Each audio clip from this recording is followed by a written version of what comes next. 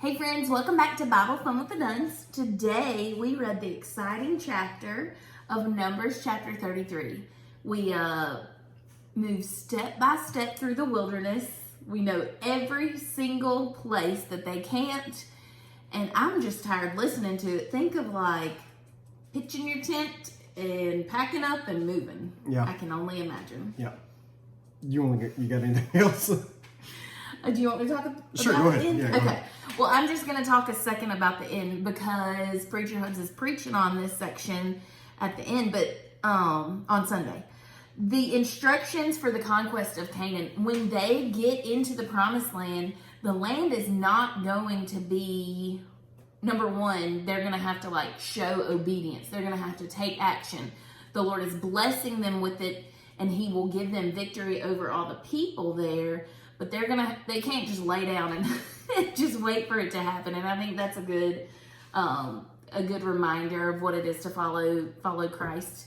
And then another thing, the land is not going to be perfect. This world is not perfect. And in this land are people who did not follow Yahweh. They're people who have chosen their own gods. They worship their own gods. And the Israelites are to get rid of anything that would cause them to worship any other God besides Yahweh. And I think that's an important reminder in our own lives that we are also visitors in this world, and it's full of things that are constantly trying to take our attention and our worship and our heart away from the one true God. And we will constantly, until we go to glory and be with God, we will constantly have to assess our own lives and allow the Holy Spirit to guide us and say, hey, you need to get rid of that. Hey, you need to get rid of that.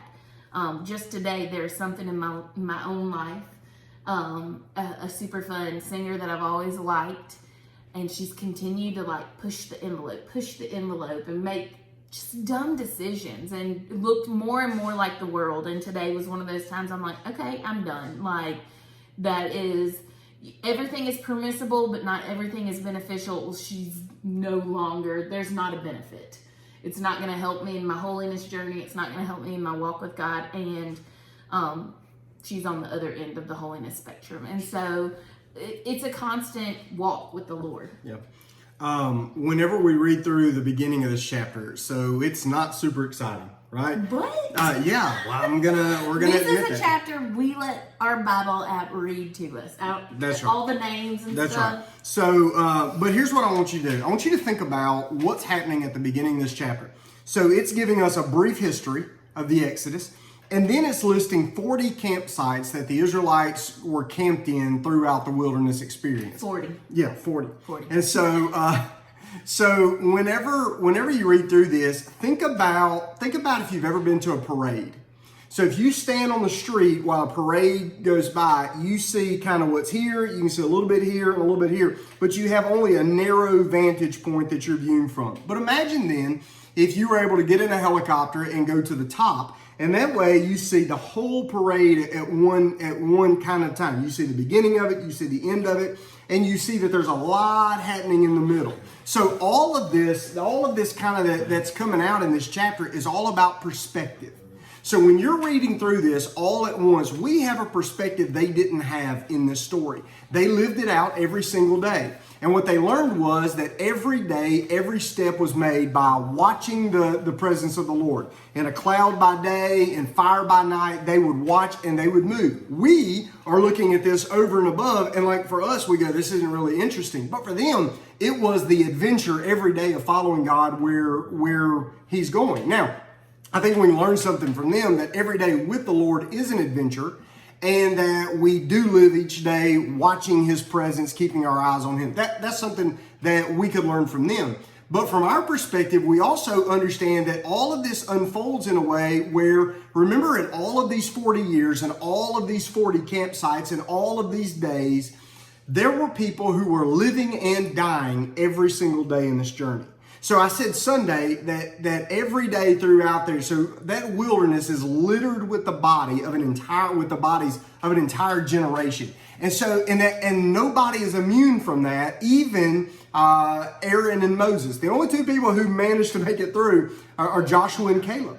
And when you're reading through this, you understand, like it even says, it goes through some of their, they had no water to drink at one point. So it reminds us of that. And then it reminds us in verse 38, then Aaron the priest went up on the mountain and he died there. We read that and we think about Psalm chapter 90, verse 1. It says, Lord, you have been our dwelling place in all generations. Why? Because in that generation, they didn't have a dwelling place. They moved constantly around the wilderness. So where was their dwelling place? It wasn't in a place, it was in a person. It was in the Lord. And only the Lord. Why? Because Aaron was going to die and Moses was going to die, and they did. But yet, when the men of God died, the people of God were still carried on by God. And so wherever they went and whatever they did and all of these campsites, the consistent thread through this whole story is God. And by the way, your life is going to be like this one day. Right now, you're in the middle of it and you're thinking, what do I have to do today? What do I have to do tomorrow? What about the next day? And when you start making our calendars and our to-do list, it looks like we're living this adventure just day by day. And we are. Give us this day our daily bread, right? Step by step, you lead me. Or that. But one day, somebody behind you is going to look at your life and they're going to see the beginning point and the end point, and it's just going to kind of look like a life, not days like you see them, but it's just going to be your life.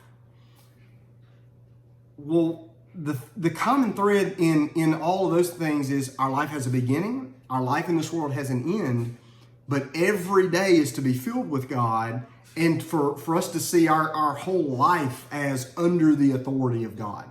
And so we read this, it sounds boring to kind of read it, we'll admit that, but this tells us a whole lot about the brevity of our life and about what's the big thread. We're seeing days, but what's the big thread of our life? Is it God?